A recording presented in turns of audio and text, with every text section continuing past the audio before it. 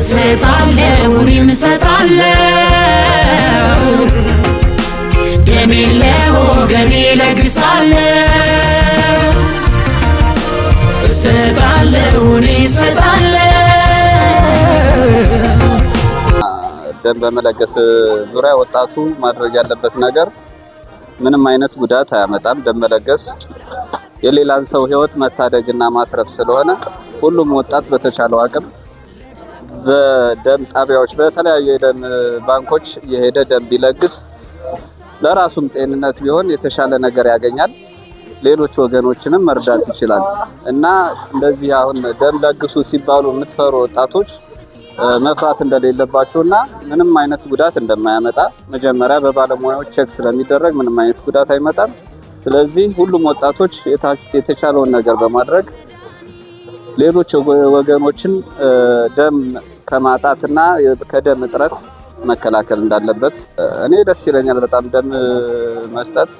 ምክንያቱም ሌሎች ሰዎችን እንደታደግኩና እንዳተረፍኩ ነው የሚሰማኝ። ሌላም ጊዜ ቢሆን በተቻለኝ አቅም እኔ ለማንኛውም ሰው ደም ለመስጠት ፈቃደኛ ነኝ። እናቶች፣ ወንድሞች ደም በማጣት ህይወት እንደሚያጡ ከጤና ባለሙያዎች ተረድቻለሁ። ስለዚህ ይህን ማገዝ ነው ወደዚህ የመጣሁት። ያው ደም መለገስ ማዳን የኔ ደም አንድ ህይወት ማዳን መሆኑን ስላሰብኩ ለዛ ነው ደም መለገስ የመጣሁት። ለወጣቶች ያው ደም መለገስ ህይወት ማዳን መሆኑን በመገንዘብ ደም እንዲለግሱ ጥሬን አቀርባለሁ። ደም መለገስ እንግዲህ አስፈላጊነቱ በግጭት ምክንያት ሊሆን ይችላል፣ በተለያየ አደጋ ምክንያት ወይም በወሊድ ምክንያት የደም መፍሰስ ሲገጥማቸው እሱን ለመተካት ነው የሚያስፈልገው።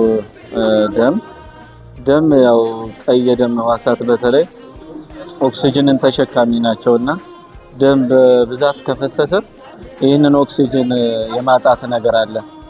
ከልብ ወደ ተለያዩ የአካል ክፍሎች የሚሄደው የደም መጠን ካነሰ ወደ ጭንቅላት፣ ወደ ኩላሊት፣ ወደ ሳምባ፣ ወደ መሳሰሉት ውስጣዊ የአካል ክፍሎቻችን ኦክሲጅን የመድረስ ነገር ያንስና ለህልፈተ ህይወት ይዳረጋልና ይህን ለማስቆም ነው በዋናነት የሚፈለገው።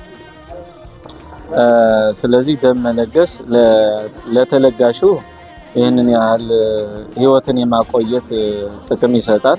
ለለጋሹ ደግሞ በጥናት የተደገፈን ባይሆን በፋክት ሽት ላይ እንደተነገረው ከሆነ የልብ በሽታን ለማከም ሁሉ ይጠቅማል።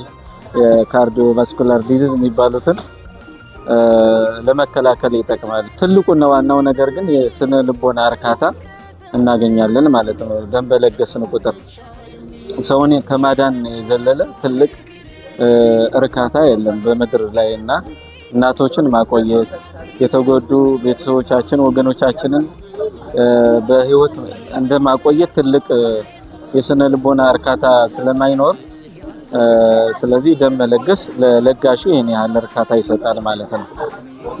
በዚህ ክረምት ያሰብነው 95 ዩኒት ያክል ነው። በተለይ ወጣቶች እያስተባበሩ ነው፣ ደምም እየሰጡ ነው። ደም በመለገሳቸው የሚያጡት ነገር የለም። በ24 ሰዓት የሚተካ ነው። ደም ማለት ምንም የሚጎዳ ነገር የለውም።